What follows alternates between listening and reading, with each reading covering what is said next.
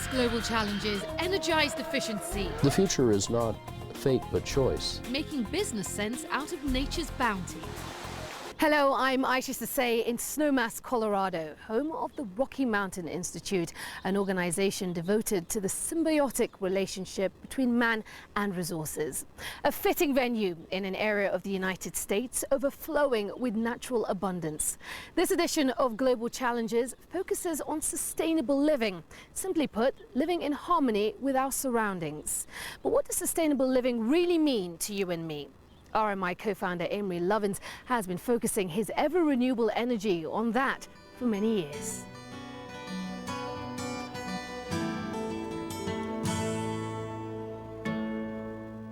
SNOWMASS, Colorado, nestled in the Rocky Mountains at an altitude of 2,400 meters. It's a place of breathtaking beauty with pristine mountain vistas and plentiful natural resources. A short drive from Aspen, it is the chosen home of the Rocky Mountain Institute. Physicist and economist Amory Lovins is a leader in the energy conservation movement. He's the author of numerous books, including Winning the Oil Endgame, which details steps that he says, if taken, will get the United States completely off oil by the year 2050. He founded the Rocky Mountain Institute in 1982 with his then-wife, Hunter Lovins. Our purpose has always been to foster the efficient and restorative use of resources to make the world secure, just, prosperous, and life-sustaining. RMI headquarters is also home to Lovins, with a common kitchen and greenhouse between his personal residence and the offices. The entire building is a showcase model of efficiency and economics, with visitors from around the world stopping in for tours. We have two different sets of solar panels. Lovins himself took me around.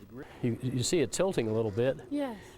That's because there's a sensor that always points it toward the sun or the brightest part of the sky. The electric bill, if we bought from the utility rather than making it with solar, would be about $5 a month for 372 square meters, 4,000 square feet. Begun initially as a think tank devoted to research on energy efficiency and economics, RMI has evolved into more of a non-profit consulting firm, lending advice to individuals, companies and organizations. The organization now has a staff of 55 with offices in both Colorado and Hawaii. I suppose the short version of what we do is create abundance by design. We change how people design things to achieve radical resource efficiency, wringing 4, 10, 100 times more work out of energy, water, minerals, topsoil, whatever we borrow from the planet. The demand for such guidance is increasing as businesses see the potential. Protecting the climate is not costly, it's profitable because saving energy costs less than buying it. Among the RMI clientele, the United States Pentagon. RMI is working with the Defense Department to make their military vehicles more fuel efficient. And Walmart. As a result of the truck work, they've announced that all their new heavy trucks are going to be twice as efficient as the present ones. RMI is also helping Walmart create more energy efficient stores. A company with that sort of scope and scale is a very good way to bring efficient, clean, new technologies to market fast. RMI envisions a more energy-efficient world that's less dependent on oil. And Lovins thinks key to that future are materials like this. Let's start it up.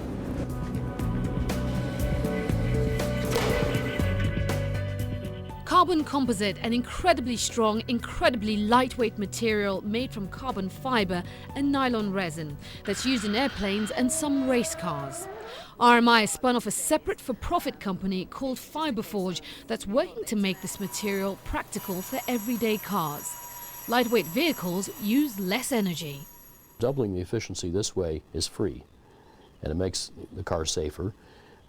It's like finding a Saudi Arabia under Detroit. So we're busy drilling. FiberForge is calling this concept the hypercar. David Kramer is the head engineer. You have a prototype, is that what you call these? A test model of, Yes. of a hypercar. Let's lift the covers and see what you've got under here.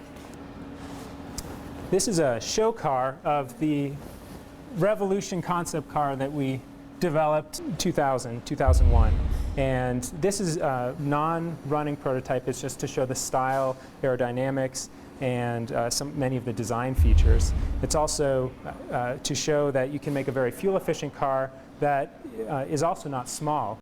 Initially, Lovins and Fiberforge see the hypercar being run with a hybrid engine.